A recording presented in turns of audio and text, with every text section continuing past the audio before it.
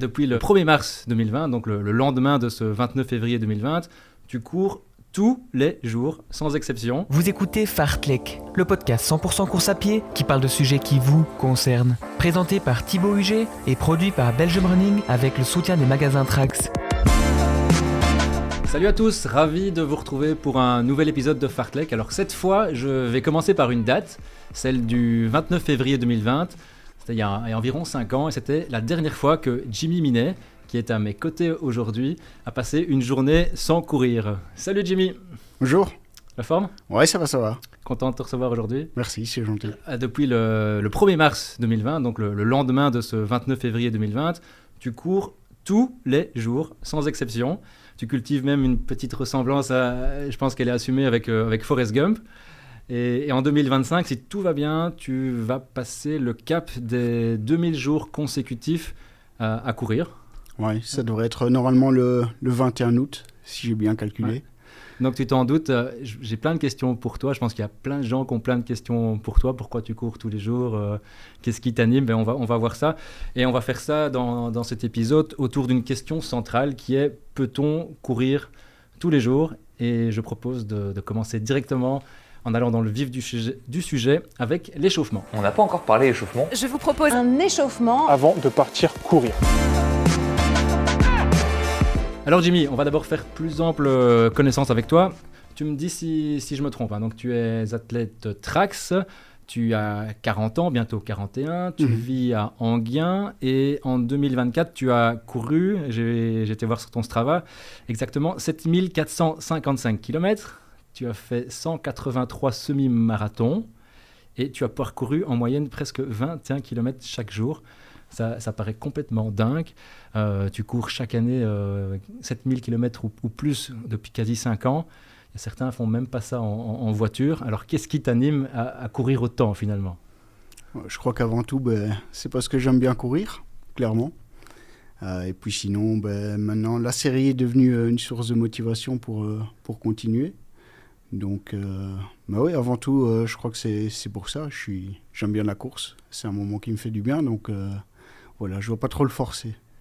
Tu ne dois pas te forcer à courir tous les jours, mais pourquoi tu cours tous les jours et pas finalement un jour sur 2 ou 6 jours sur 7 ? Pourquoi tous les jours ?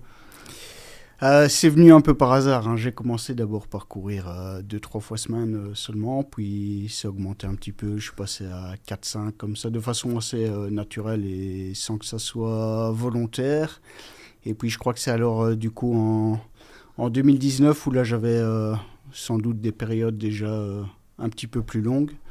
Et j'ai cherché à faire en 2020 pour la première fois un mois consécutif, en mars.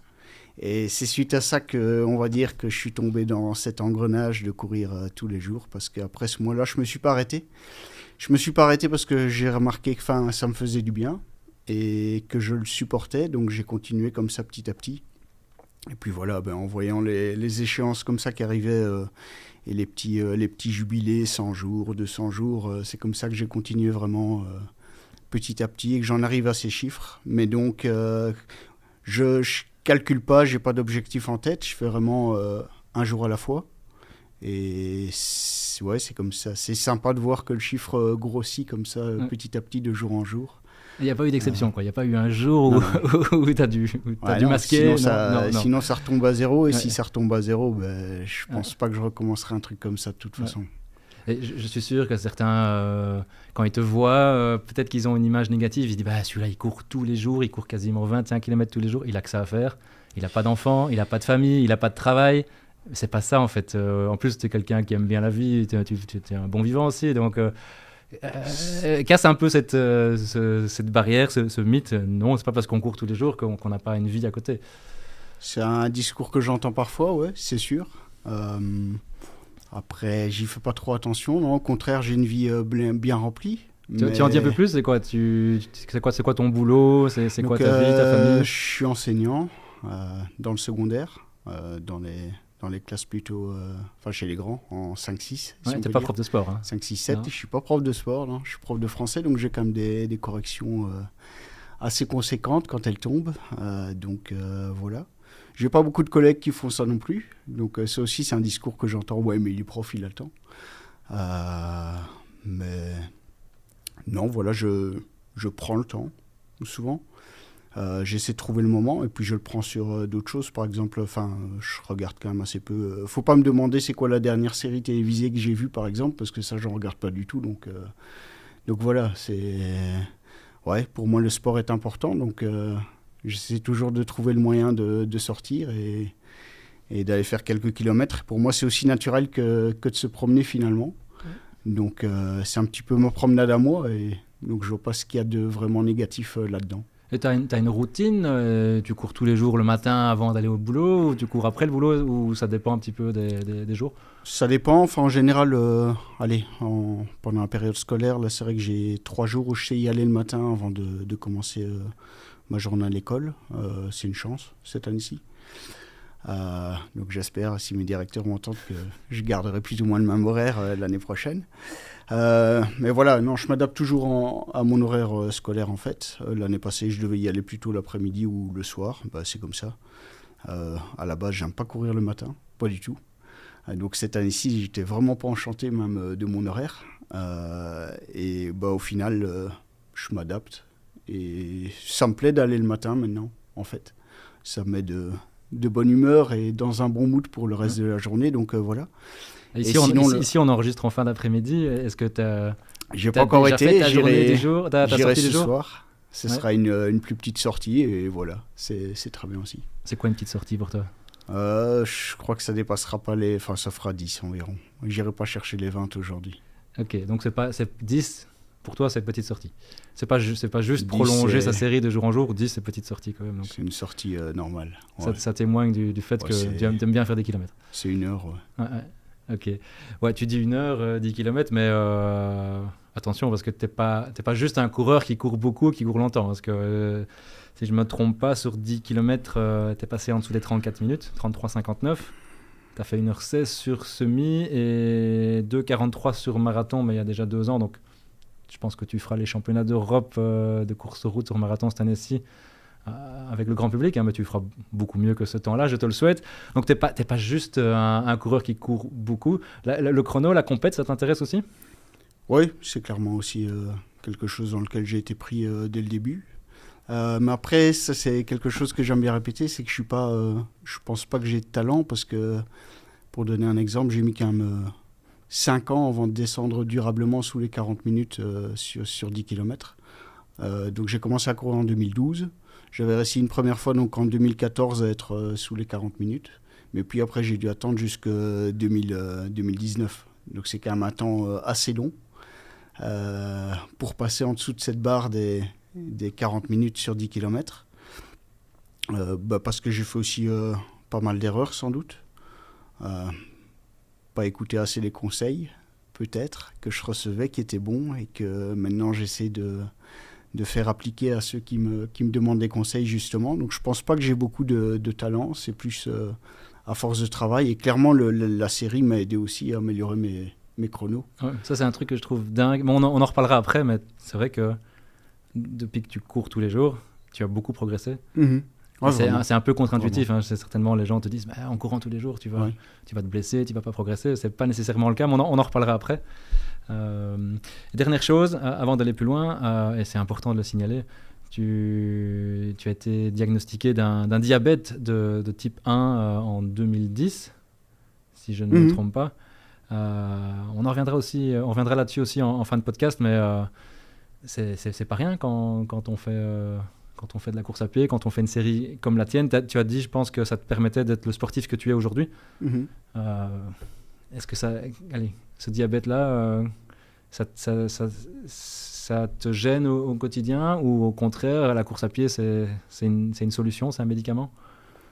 Disons que ça pourrait me gêner au quotidien.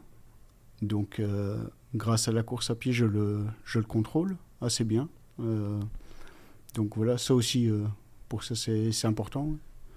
Mais sinon, oui, clairement, voilà, le diabète, c'est une maladie qui a une sale réputation, le tueur silencieux. Donc, c'est pour ça que j'essaie de prévoir un peu, de me prémunir peut-être contre certaines conséquences. Et je crois que le mode de vie est quand même important quand on a cette maladie-là. Donc, Faire du sport, c'est mon meilleur médicament. Donc voilà. Ouais, et c'est une source de motivation. Ça, on va en reparler. On va en reparler après. Ici, on a bien fait. On a fait un petit peu connaissance. Et je te propose d'aller plus loin pour voir les impacts positifs ou négatifs. Ça, c'est toi qui me le diras du fait de courir tous les jours. Je suppose qu'il y a plein d'impacts sur le physique, le mental ou encore au niveau privé. Et je te propose de faire ça dans les intervalles. Vos séances de qualité intervalles. Des intervalles. Intégrer des intervalles. La durée des intervalles, le nombre de répétitions, le nombre de séries. Alors Jimmy, j'ai plein de questions pour toi, tu l'imagines, c'est pour ça que tu es là aujourd'hui. Je te propose d'y répondre chaque fois par un oui, par un non, affirmatif, négatif, et tu détailles un petit peu, et si besoin, on ira plus loin sur le sujet par après. Tu as déjà touché un mot il y a quelques instants, mais est-ce que tu parviens à progresser en courant tous les jours comme tu le fais? Tu m'as déjà répondu à la question, c'est oui, mais va un petit peu plus loin et explique comment ça se fait que tu progresses encore en courant tous les jours. Alors que tous les entraîneurs vont dire la récup, ça fait partie de la progression, ça fait partie de l'entraînement. Ça, c'est un discours que j'entends souvent. On m'a souvent fait la réflexion, ouais, mais tu serais meilleur si tu courais que 5 ou 6 jours sur 7 ou si tu en faisais moins. T'es pas d'accord? Peut-être, mais après c'est évident chez moi que j'ai commencé à progresser aussi depuis que je cours tous les jours. Et donc d'un côté, j'écouterai jamais ce discours-là parce que sans la série, je ne serais pas non plus le coureur que je suis aujourd'hui. Donc oui, peut-être que je serais plus fort en m'entraînant autrement, d'une autre façon, mais je progresse. Je progresse encore à 40 ans, donc je pense que je peux progresser encore malgré tout. J'ai la chance maintenant d'avoir un entraîneur qui sait qu'il ne doit pas me dire de ne pas courir tous les jours. Il essaie juste de me pousser vraiment au bout quand on fait des intervalles. Et là aussi, j'ai vu que ça m'avait apporté l'année passée vraiment énormément en course et sur 5 et 10 en particulier. Donc voilà, je vais continuer à travailler de cette manière-là, m'entraîner dur le mardi. Les autres jours, en fait, en m'entraînant au quotidien, c'est ça aussi qui fait que je crois que je progresse, c'est que je cours beaucoup lentement. C'est ça la particularité de ma méthode, la méthode un peu à la japonaise, bouffer du kilomètre, mais sans aller trop vite. Beaucoup d'endurance. Ouais, beaucoup d'endurance fondamentale, mais de la vraie. Parce que ça aussi, je vois beaucoup de gens qui considèrent qu'ils sont en endurance fondamentale en étant seulement 30 ou 45 secondes au-dessus de leur chrono habituel. Donne un exemple pour toi. Quelle est ton allure sur un 10 km en compète? Donc sur 10 km, je vais tourner autour des 3,30, un petit peu en dessous. Et donc là, quand je suis en endurance fondamentale, je tourne plutôt en 5,15, 5,30. Ouais. Et donc ça me fait rire quand je vois des gens qui considèrent qu'ils sont tranquilles en courant à 4,45 ou à du 5 alors qu'ils ne vont pas chercher mes chronos. Mais... Donc c'est un des secrets du fait que tu progresses, tu ne te fatigues pas en courant tous les jours finalement. C'est des séances où tu sors de là, cool, tranquille. J'en sors pas fatigué. Et voilà, j'ai quand même plusieurs copains qui demandent un peu que je les coach ou que je regarde ce qu'ils font, qui suivent cette méthode-là aussi de faire des sorties longues et lentes. Et chez eux aussi, on voit le progrès, donc je crois que ça montre que ça marche. Après, voilà, je sais très bien qu'il y a plusieurs chemins pour arriver à ces objectifs. Hein, donc, j'ai pas la recette universelle, ça marche pas sur tout le monde. Et voilà, tout comme je pense pas qu'il y a sur moi une recette qui fonctionnerait à tous les coups. Donc, c'est pour ça que je suis ma méthode, mon intuition. Je m'entraîne un peu à ma manière. J'écoute ce que me dit mon coach le mardi, mais voilà. Ok. Autre chose, les blessures, je suppose qu'on t'en parle souvent aussi. On dit toujours aussi qu'il faut pouvoir récupérer, il faut laisser au corps le temps de se rétablir. Mm-hmm. Tu cours tous les jours, tu te blesses plus qu'avant ou tu te blesses moins qu'avant? La question c'est, est-ce que tu te blesses plus qu'avant? Ça, je ne saurais pas dire, parce que ça remonte à trop longtemps. Il y a des blessures, évidemment. Ouais. Après, ce que j'ai envie de dire, je crois que maintenant, on a tendance à s'arrêter un petit peu trop vite. Je pense pas que nos ancêtres, les Cro-Magnons, s'arrêtaient quand ils avaient une cloche ou quand ils avaient un petit peu mal au genou. Donc voilà, c'est pour ça. Est-ce qu'ils couraient 21 km tous les jours? Plus, sûrement plus. Courir, marcher peut-être. On n'était pas là. Pour manger, pour chasser. Ouais. Donc peut-être sûrement que oui. Mm-hmm. Donc voilà. Je crois que le mouvement répare, ça j'en suis vraiment convaincu parce que il y a des blessures. J'ai eu des blessures. J'ai chaque fois continué à courir. Évidemment, à ce moment-là, en essayant d'analyser un maximum ce qui se passe. En observant, je fonctionne alors, j'aime bien noter, je note un peu mes impressions tous les jours. Et comme ça, je sais comparer et mieux observer ce qui se passe. Et je vois bien si ça progresse négativement ou positivement. Voilà. Pour donner des exemples, l'année passée, la blessure la plus grave que j'ai eue, la seule aussi en fait, c'était en octobre. Ça a été une contusion contusion osseuse. Donc un bleu sur l'os de la malléole de la cheville. Et voilà, malgré ça, j'ai continué. J'ai souffert. J'ai souffert quand même pendant plusieurs semaines. Mais j'ai senti là aussi que petit à petit, ça s'améliorait. Et je trouve ça intéressant d'essayer de voir d'où vient le problème. Et ça venait sans doute du fait que j'avais supprimé mes semelles orthopédiques depuis 1 an. Et je voyais que au niveau biomécanique, ma façon de courir avait changé et ma façon de positionner ma cheville aussi avait changé. Donc j'ai remis les semelles et ça a rectifié le problème finalement. Et il a disparu aussi vite qu'il était venu. Donc tout ça est intéressant en fait. Quand il y a une blessure, je le prends aussi comme un moyen d'apprendre. Mais est-ce que tu te fixes des limites ? Est-ce que tu es prêt à tout finalement pour poursuivre cette série jusque le plus loin possible ? Ou il y a t'as une limite en toi si j'ai mal, comme on dit, 10 sur 10, hors de question que j'y aille, ou tu te testes un petit peu ? Je dis parfois que même sur une jambe, j'irai. Donc on a compris. Je crois que je suis prêt à tout quand même. Mais tu as déjà été confronté à ça ? Ou tu n'es pas encore arrivé à ce stade-là d'y aller sur une jambe ou avec 40 de fièvre, c'est encore autre chose. Mais... 40 de fièvre, là, ça remonte... ça aussi, je crois que c'est un aspect positif de la série, c'est le renforcement de mon immunité. J'ai plus été malade, en tout cas fiévreux ou malade, depuis l'année 2020. En tout cas, fièvre et par exemple vomissement, ça m'est arrivé un jour en septembre 2020. Ça, je m'en souviens parce que c'était assez marquant. J'ai fait le Covid. Où là aussi j'ai eu des états fiévreux, ça c'était en 2021, mais là aussi voilà, j'ai réussi à y survivre, donc d'une certaine façon je crois qu'il faudrait beaucoup maintenant pour m'empêcher d'aller courir. Ouais, l'aspect mental est super important dans ce que tu fais en fait. Est-ce que finalement c'est plus un défi mental qu'un défi physique ? Je dirais que quand on est malade ou quand il y a des blessures, là, à ce moment-là, c'est plus un défi physique. Défi mental, c'est plutôt quand les éléments extérieurs s'en mêlent. Que la météo est défavorable ou même quand je suis fatigué, parfois j'ai vraiment pas envie d'y aller. Et là, parfois, c'est un combat qui dure une demi-heure, 1 heure avant que je me décide à démarrer. Et donc là, il y a peut-être ce combat mental certains jours. Mais... Parce qu'il y a bien des jours où, tu viens de le dire, il y a des jours où tu n'as pas envie d'y aller. Il y a des jours où je n'ai pas envie, ouais. Mais tu y vas quand même. J'y vais quand même. Parce qu'il y a toujours un moment où je me dis, ça serait bête de ne pas y aller et d'arrêter la série là-dessus. Donc il y a toujours un moment où je retrouve la force et où ça bascule dans le sens d'aller courir. Et c'est là que tu te dis, je sais pourquoi j'y vais, et donc j'y vais, ou tu n'as pas la réponse à ce pourquoi j'y vais ? Parfois, je me demande quand même pourquoi j'y vais, mais je me pose la question pendant les 200, 500 premiers mètres, et puis en fait, je suis content d'y être, et ça passe. C'est ça qui est à retenir aussi. Il y a parfois des jours où vraiment on n'a pas envie d'y aller, où il y a tout qui nous retient, qui nous dit de ne pas le faire.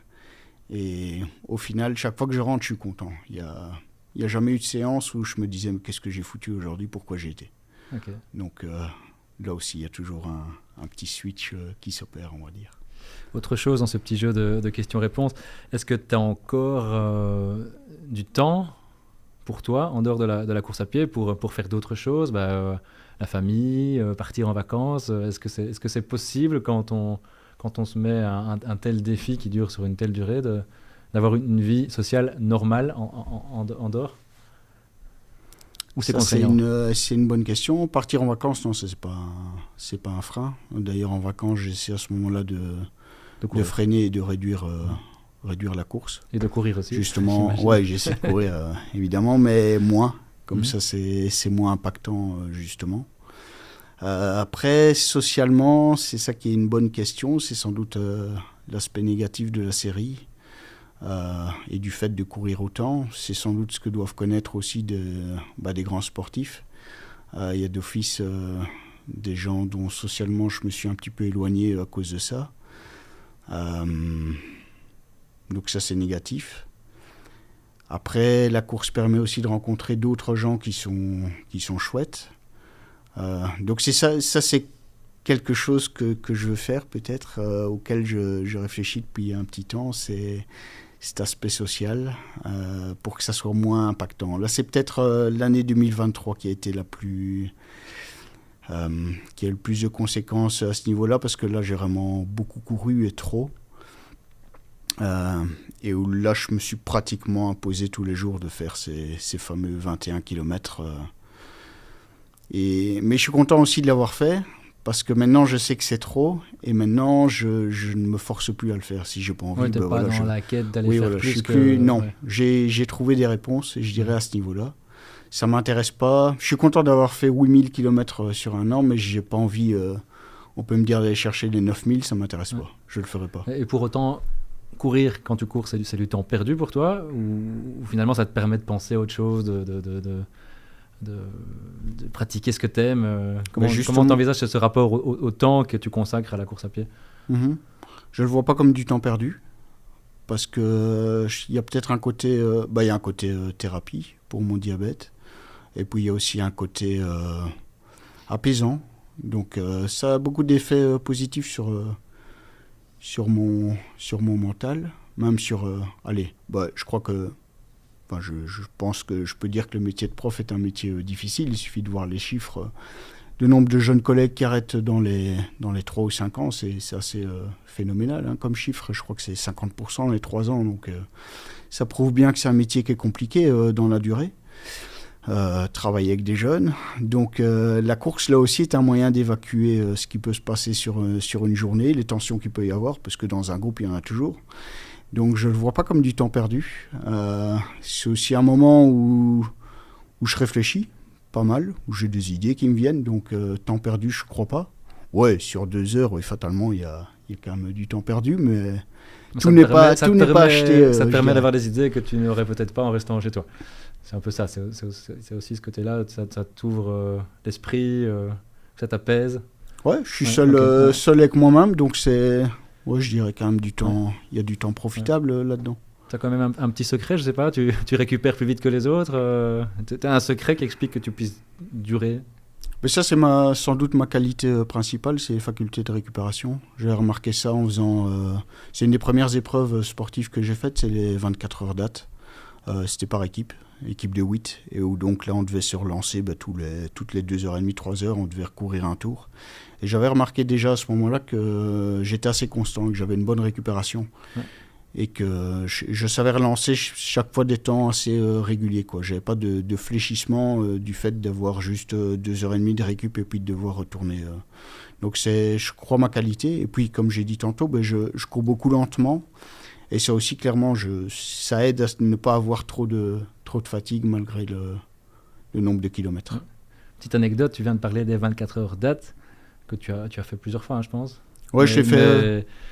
C'est ça. Mais en 2023, tu les as fait en solo. Ouais. Et tu les as gagnés, évidemment. Ouais. Et tu as 188 km donc sur les 24 heures. C'est samedi-dimanche, c'est ça? C'est sur le samedi-dimanche. Ça aussi, c'était... Et donc tu sors de là, tu viens de faire 24 heures en solo sur une boucle.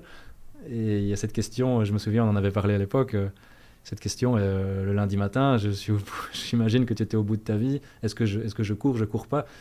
Là, tu flirtes clairement avec les limites de ce que ton corps peut donner. C'était ce que j'avais envie de faire en 2023, c'était vraiment de tester jusqu'au bout la série, on va dire, et de m'imposer des défis quand même plus, qui pouvaient la mettre en péril. J'avais fait le championnat de Belgique de 100 km aussi. Ouais. Ça, c'était sans doute le plus dur, en fait, finalement. Même si c'était moins long que ce que j'ai fait aux 24 heures. Le lendemain des 100 km, là, j'étais vraiment détruit. Et là, je me suis vraiment demandé si j'allais savoir courir. J'étais me cacher dans un coin du parc d'Anguien.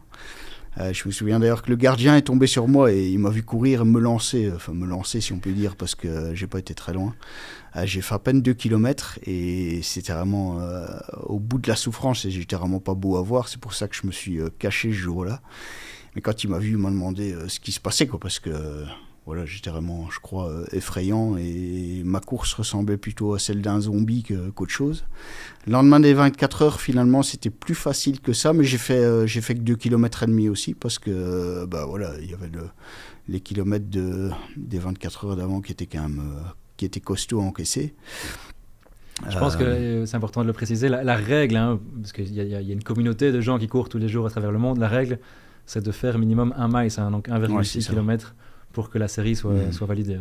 Donc, j'ai jamais vraiment fait 1 mile, j'ai toujours fait minimum 2 km. Oui, mais bon, généralement, comme tu es à 21 km par jour en moyenne sur une année, on voit bien que tu n'es pas ce profil de coureur-là. Hein, voilà. Pour l'instant, non. J'imagine qu'avec le temps, en vieillissant, il y aura des moments où je devrais faire plus de Strixhaven. Et cette histoire du parc d'Anguin ou du lendemain des 24 heures date, là, tu flirtes, on peut même appeler ça avec allez, on va dire quoi, la folie.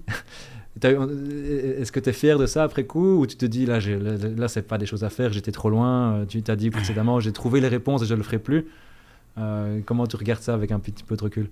J'ai pas dit que je le referai plus. Je le referai sans doute, parce qu'aller chercher 200 km sur 24 heures, c'est un truc qui me titille, mais après, c'est pas ce qui me plaît, ça clairement, non. Donc d'une certaine façon, c'est là que j'ai trouvé des réponses. Et je vais pas aller, ça m'intéresse pas là non plus d'aller chercher toujours plus et toujours 300 bornes ou 400 bornes, c'est pas ça le but.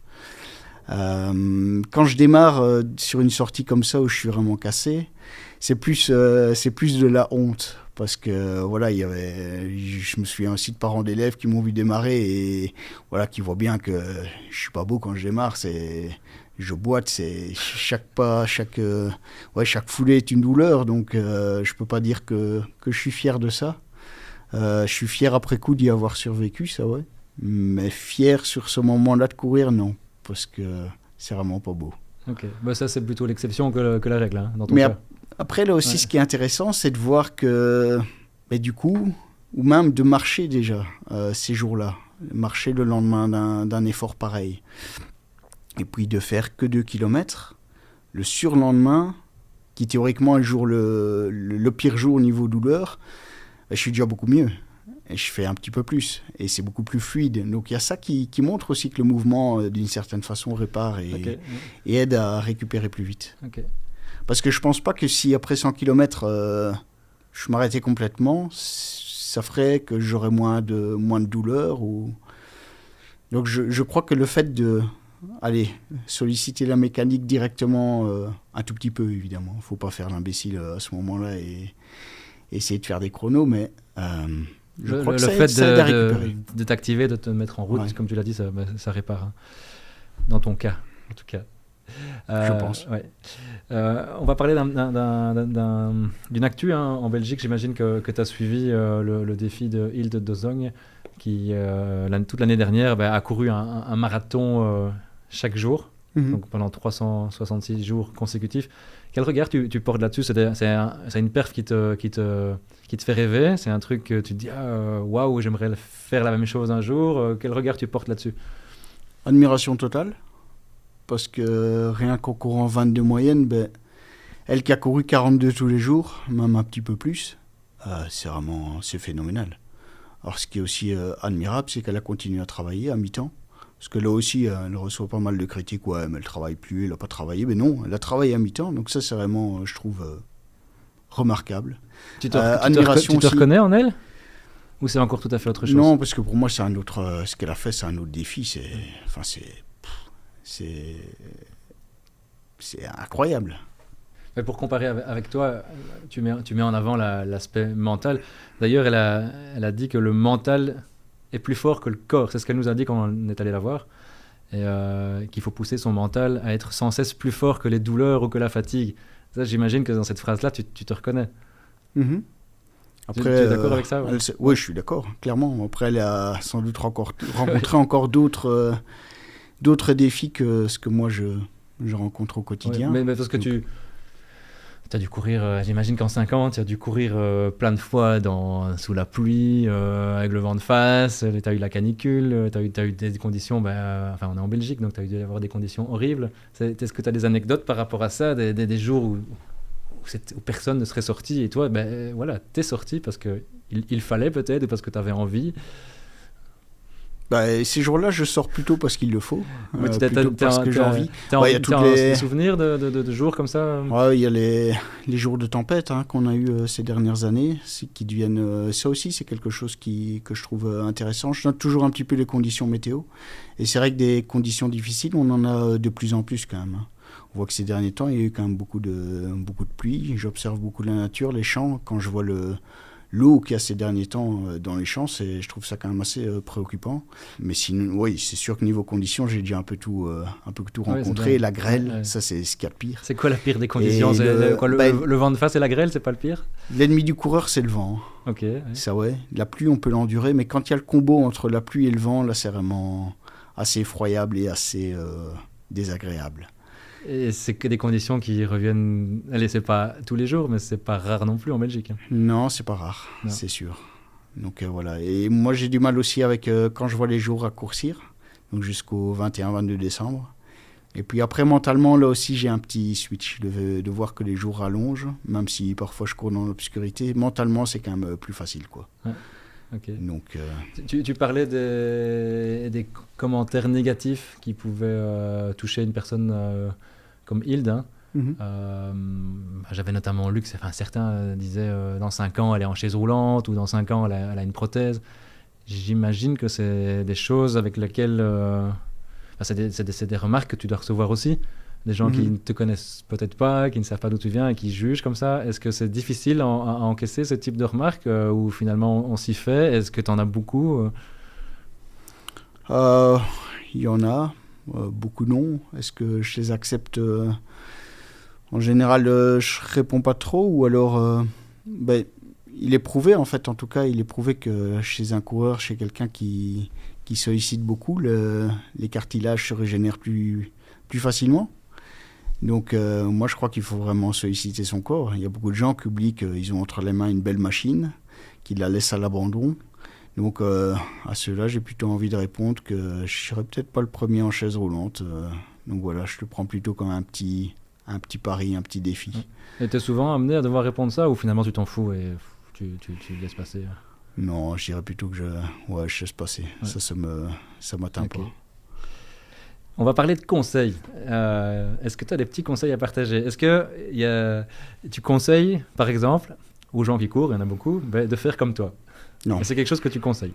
Non, jamais. Jamais. Je le conseille à personne. Pourquoi?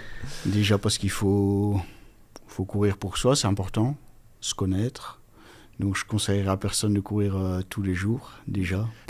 Si c'est pour faire comme moi, non, ça sert à rien. Ouais. Mais tu n'en as pas encore parlé, mais la notion de plaisir, j'imagine qu'elle est quand même là. Il y a une notion tu es un amoureux de la course à pied avant tout, et donc tu cours par plaisir, j'imagine. Je cours par plaisir, oui. On est bien d'accord, ouais. Mais après, courir tous les jours, c'est compliqué quand même. Et si c'est pour courir tous les jours pour faire comme, non, ça n'a pas d'intérêt, quoi. Donc, mais imaginons que quelqu'un veuille pas faire comme toi, mais ait envie de courir tous les jours ou presque tous les jours. C'est quoi le premier conseil que tu lui donnerais? D'y aller progressivement, ça c'est sûr. Au niveau de l'intensité ou au niveau des kilomètres. Des kilomètres. Ouais, c'est pas non plus, voilà, c'est pas du jour au lendemain qu'il faut passer à 20 km par jour. Il faut que ça soit progressif. Ça, je crois que c'est vraiment quelque chose de très important en course. Progressivité. Parce que voilà, moi non plus, je suis pas passé comme ça à 15 ou à 20 en un claquement de doigts. Voilà, je suis d'abord passé par des années où je faisais 3500 km, puis 4000 peut-être plutôt, et donc c'est venu assez progressivement. Je crois que j'ai juste sauté de 15 à 20, quoi. Passé de 5000 à 7000 km. C'est peut-être un petit peu beaucoup en une fois, mais voilà, je crois que je l'ai déjà dit, je le répète, faire du lent, ça c'est vraiment très très important. Être bien 2 bonnes minutes au-dessus de ses allures de course. 2 bonnes minutes. C'est ça qui va faire progresser, ouais. Ça dépend, travailler au cardio en fait. Regarder son cœur, comment le cœur se comporte. Toi tu cours au cardio? Oui. Ou tu te connais tellement bien à force que tu sais Je me connais bien maintenant. Tu sais où Donc t'en j'ai es. plus un, je sais où où j'en suis. j'en suis. Mais je cours encore donc beaucoup avec ma ceinture cardiaque, ouais. Parce que c'est une donnée quand même intéressante, importante. Voilà, même moi parfois je cours trop vite. Donc ouais, c'est ce qu'il faut surveiller. Ok. Donc dans les conseils que tu partages, c'est progressivité, donc aller doucement, pas faire trop vite, trop de kilomètres, et courir lentement. C'est Mhm. les deux maîtres mots que tu partages. Et positiver, Positive. toujours. Et le mental aussi. Se dire qu'il y a moyen. Ok. Ben, on va évidemment profiter de ta présence pour, je l'avais dit, pour parler de ton diabète, la manière dont ça impacte ta pratique sportive et le message que tu veux faire passer aussi, parce que je pense que c'est important pour toi, le message que tu veux faire passer à travers ta pratique et le fait que tu cours tous les jours. Et on fait ça dans le retour au calme. Le retour au calme. Le retour au calme. Le retour au calme. Le retour au calme. Conseille un retour au calme de 5 à 10 minutes, comme celui qui va suivre. Jimmy, tu dois donc composer avec un diabète de type 1 qu'on t'a, comme je l'avais dit, diagnostiqué en 2010.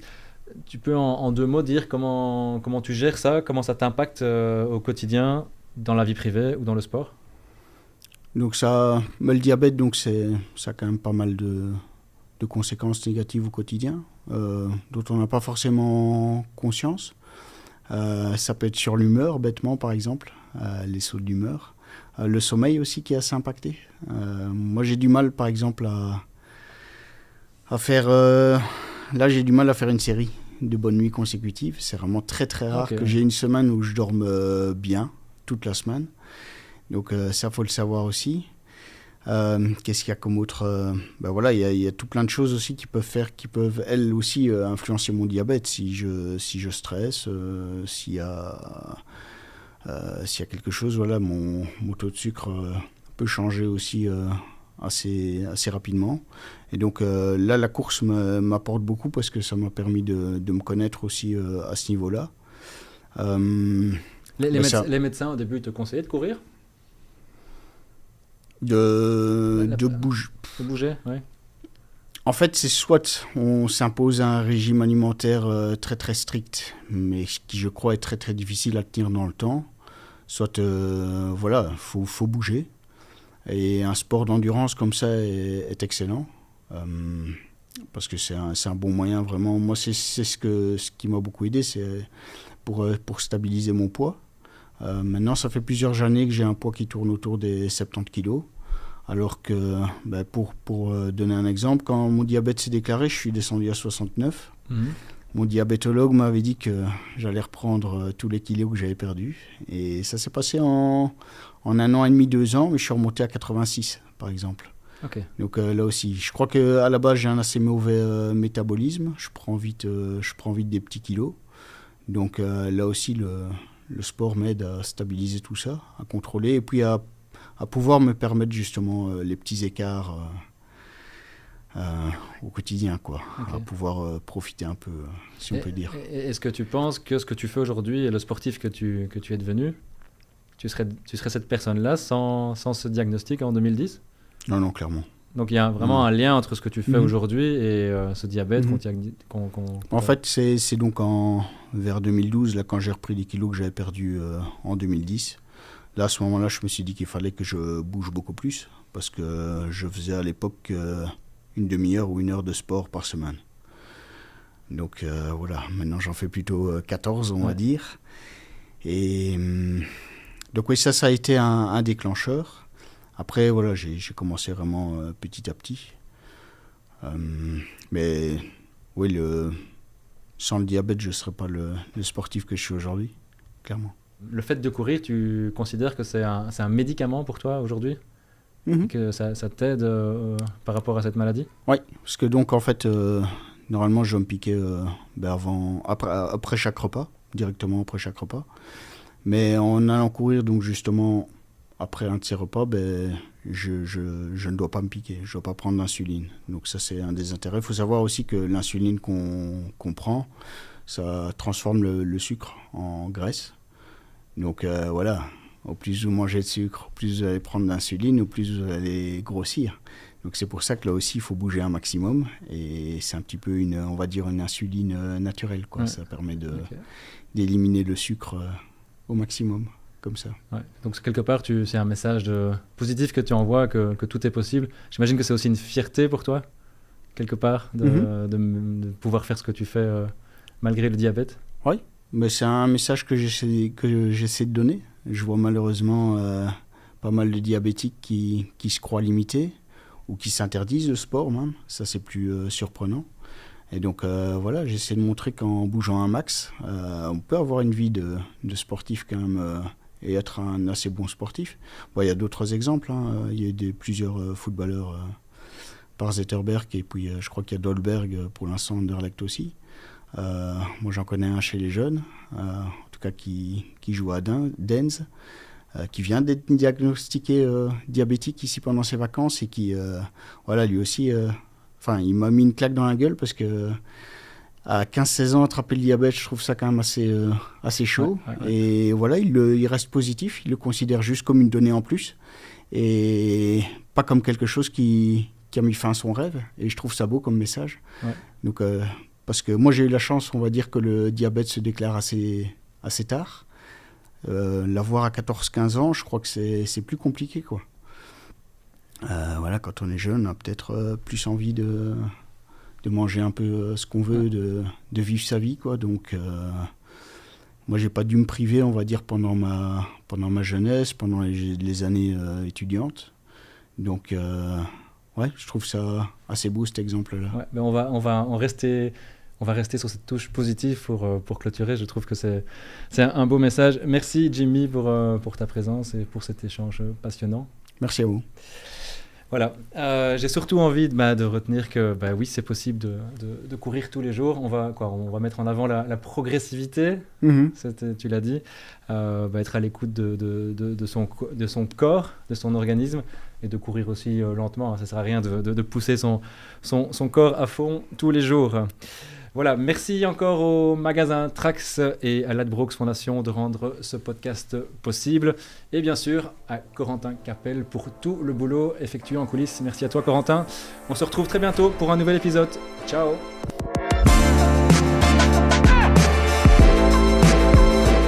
Merci à tous d'avoir écouté ce podcast jusqu'au bout. N'hésitez pas à nous retrouver et nous suivre sur les différents réseaux sociaux, Facebook, Instagram, ainsi que sur YouTube. À bientôt!